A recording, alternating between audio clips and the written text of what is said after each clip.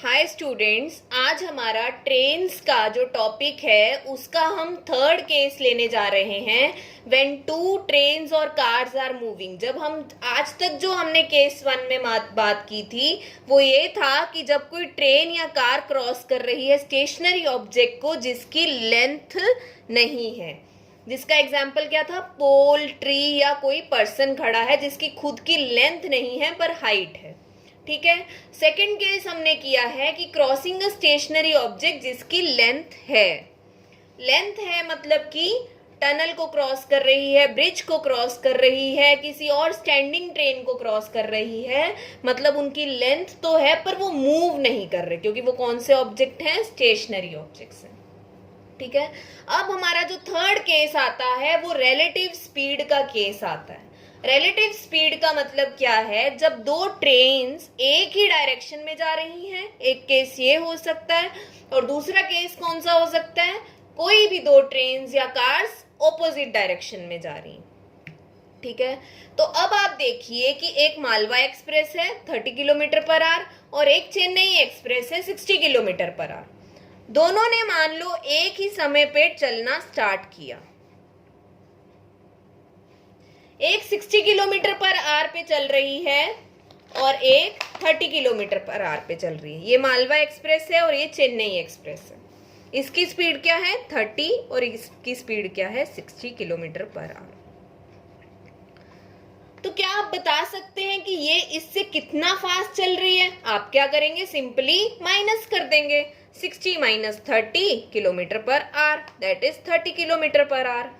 क्योंकि जब भी दो चीजें सेम डायरेक्शन में चलती हैं, रिलेटिव स्पीड क्या बोलती है कि जो उनका एक्चुअल स्पीड है दोनों का आपस में कवर करने का, वो दोनों का क्या है? डिफरेंस है, मतलब सब्ट्रैक्ट करना है। तो एक और एग्जाम्पल लेते हैं। ये ट्रेन है 60 किलोमीटर पर आवर पे चल रही है और एक पर्सन है वो सुसाइड करने वाला है। ठीक है। तो ये पर्सन जो है इसी डायरेक्शन में भाग रहा है कि मेरे को इस ट्रेन के आगे आके मरना है। ठीक है। सेम डायरेक्शन में भाग रहा है। इसकी स्पीड क्या है? 5 किलोमीटर पर आवर। और एक पर्सन है जो सामने से आ रहा है, इसको भी सुसाइड करना है और इसकी भी स्पीड है 5 किलोमीटर पर आवर। इसको भी सुसाइड करना है और इसको भी सुसाइड करना है। ये जो दो पर्सन्स हैं इनको सुसाइड करना है। तो क्या आप सोच सकते हो कि ज्यादा पहले, सबसे पहले सुसाइड होने की प्रोबेबिलिटी किसकी है? ये 60 किलोमीटर पर आवर पे चल रही है और ये 5 किलोमीटर पर आवर में सेम डायरेक्शन में भाग रहा है। ये 60 किलोमीटर पर आवर में इस डायरेक्शन में आ रही है और ये ऑपोजिट डायरेक्शन से 5 किलोमीटर पर आवर से आ रहा है। तो रिलेटिव स्पीड क्या बोलती है कि जब वो उसकी तरफ भागता हुआ आ रहा है तो रिलेटिव स्पीड बोलती है दोनों की स्पीड प्लस हो जाती है। उनकी टकराने की जो स्पीड है वो और ज्यादा फास्ट हो गए, ये पहले टकराएगा। लेकिन जब वो सेम डायरेक्शन में भाग रहा है पर्सन ए, तो वो क्या हो रहा है? ये 5 किलोमीटर पर आवर पे भाग रहा है और ये 60 किलोमीटर पर आवर में भाग रही है। तो उनका क्या हो जाएगा? डिफरेंस हो जाएगा, that is 55 kilometre per hour.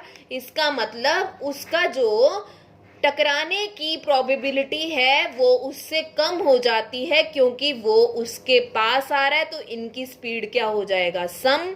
और ये सेम डायरेक्शन में भाग रहे हैं तो इनकी स्पीड क्या हो जाएगी? डिफरेंस। तो आपको हमेशा याद रखना है कि जब भी दो चीजें मूव कर रही हैं तो हमें क्या देखना है कि अगर तो वो ऑपोजिट डायरेक्शन में हैं तो वो आपस में जुड़ रही हैं। क्या हो रहा है? ट्रिक क्या याद रखनी है आपको? वो आपस में जुड़ रही हैं।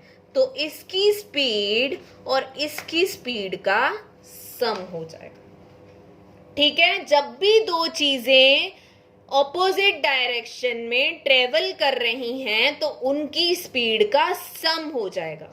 और दूसरा केस क्या है रिलेटिव स्पीड का? कि अगर दो चीजें सेम ही डायरेक्शन में जा रही हैं, ठीक है, तो उनका क्या हो जाएगा? वो एक दूसरे के कंपटीशन में भाग रही हैं। तो ये 30 किलोमीटर पर आवर है और ये 60 किलोमीटर पर आवर है, तो ये जुड़ेंगी नहीं, ये क्या हो जाएंगी? डिफरेंस हो जाएगा। क्योंकि अगर कोई पर्सन सुसाइड करने वाला है और ट्रेन जा रही है सेम डायरेक्शन में, वो भी सेम डायरेक्शन में, तो उसके टकराने की प्रोबेबिलिटी कम है क्योंकि उसकी स्पीड माइनस होगी। लेकिन एक पर्सन है जो ट्रेन की तरफ भागता हुआ आ रहा है तो उनकी स्पीड प्लस हो जाएगी। तो ये ट्रिक हमेशा याद रखनी है ये सुसाइड वाली, कि जो ऑपोजिट डायरेक्शन से आ रहा है वहां प्लस होगी, स्पीड प्लस हो जाएगी, जल्दी हो जाएगा, और जो सेम डायरेक्शन में आ रहा है वहां पे स्पीड का डिफरेंस लेना है। ठीक है, तो आपके क्वेश्चंस किस तरह के आते हैं इसमें। फर्स्ट क्वेश्चन है, train P and Q starts at same time, trains P speed is starts at same time। ठीक है, तो क्या बोल रहा है कि दोनों एक ही टाइम पे स्टार्ट कर रही हैं। ट्रेन P की जो स्पीड है that is 55 kilometre per hour from A to B। अब A to B कोई स्टेशंस हैं। ट्रेन P यहां से चली और उसकी स्पीड क्या है 55 kilometre per hour. Next statement क्या है, train Q speed is 80 kilometre per hour from B to A। मतलब जो ट्रेन Q है उसकी क्या है 80 किलोमीटर पर आवर, वो कहां से कहां चल रही है B to A। अब उन्होंने कहा कि they cross each other after 1 hour 36 minutes। इसका मतलब वो पूरी तरह से एक दूसरे को क्रॉस कब कर लेती हैं, कितनी देर बाद 1 hour 36 minutes। इसका मतलब हमें टाइम पता है, हमें दोनों की स्पीड पता है, तो बताओ मेरे को रिलेटिव स्पीड क्या बन जाएगी। ऑपोजिट डायरेक्शन, सुसाइड करने वाला सामने से आ रहा है तो स्पीड क्या होती है, आपस में जुड़ रहे हैं तो स्पीड क्या होगी, speed of P plus speed of Q। अब ये किलोमीटर पर आवर में है तो इसको याद रखना कि टाइम को भी आवर्स में कन्वर्ट करना पड़ेगा। तो मिनट्स को जब आवर्स में कन्वर्ट करते हैं तो क्या करते हैं 60 से डिवाइड कर लेते हैं। 6 6 36, 6 10 60। और किस पे जाएगा 2 3 6 एंड 2 5 10। तो ये क्या आ गया, मिक्स्ड फ्रैक्शन आ गया। मिक्स्ड फ्रैक्शन को कैसे कन्वर्ट करते हैं, 5 into 1 5 प्लस 3 8/5 hours।